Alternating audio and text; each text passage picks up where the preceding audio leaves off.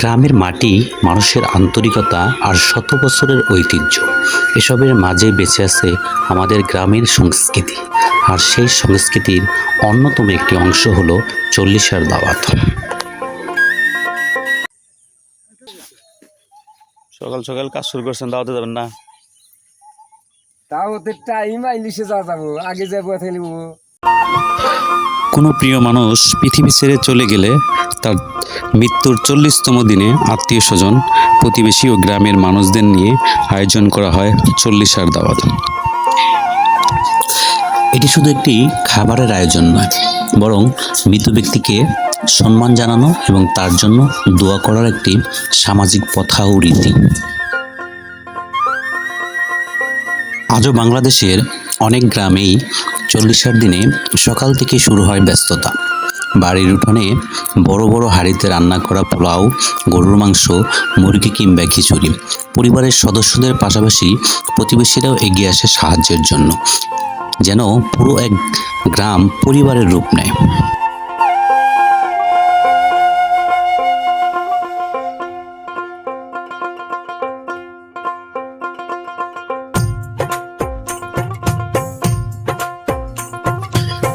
আজকের চল্লিশার দাওয়াতে সকাল থেকেই আত্মীয় স্বজন, দাওয়াতি, এলাকাবাসী একত্রিত হয়েছে। সবাই একসাথে বসে কোরআন তেলাওয়াত করে মৃত ব্যক্তির আত্মার মাগফিরাত কামনা করে দোয়া করে। সেই মুহূর্তে পরিবেশ হয়ে ওঠে আবেগঘন ও শান্ত প্রকৃতির।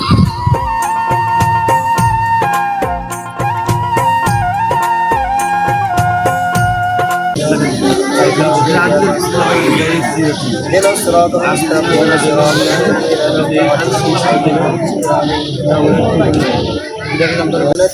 وقنا عذاب النار ربنا لا تزغ قلوبنا بعد إذ هديتنا وهب لنا من لدنك رحمة إنك الوهاب الله يا رب العالمين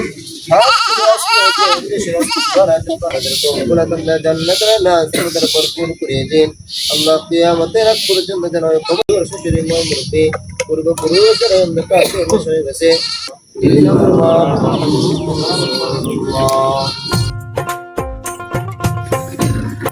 এরপর শুরু হয় দাওয়াতের পর্ব। মাটিতে পাটি ও ত্রিপুলি বিছিয়ে সারিবদ্ধভাবে বসেন সবাই। ধনী গরিব, ছোট বড় কোনো ভেদাভেদ থাকে না। একসাথে বসে খাবার দাওয়ার এই দৃশ্য গ্রামীণ সম্প্রীতির এক অসাধারণ উদাহরণ। চল্লিশার দাওয়াত শুধু খাবার পরিবেশনের অনুষ্ঠান নয়, এটি মানুষের মানুষের সম্পর্ক আরও দৃঢ় করে। অনেক দূরে থাকা আত্মীয় স্বজন উপলক্ষে এই বাড়িতে ফিরে আসেন। পুরানো স্মৃতি, আত্মীয়তার বন্ধন, পারস্পরিক ভালোবাসা নতুন করে আবার জেগে ওঠে।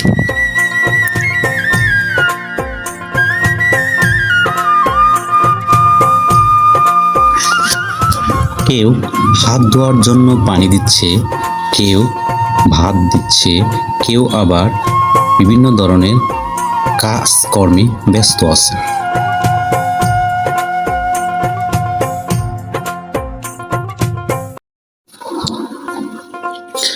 গ্রামের সবাই আজকে বসে যেন মনের আনন্দে এক সম্প্রীতি গড়ে তুলবে, সেই উপলক্ষেই বসেছে এই চল্লিশার দাওয়াত।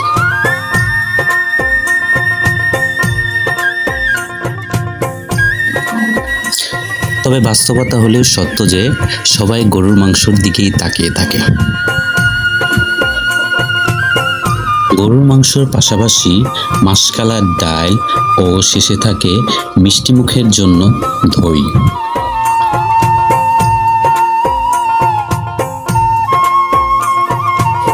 তবে আমার কাছে গরুর মাংসের তুলনায় মাসকালার ডালটাই অনেক সুস্বাদু মনে হইল।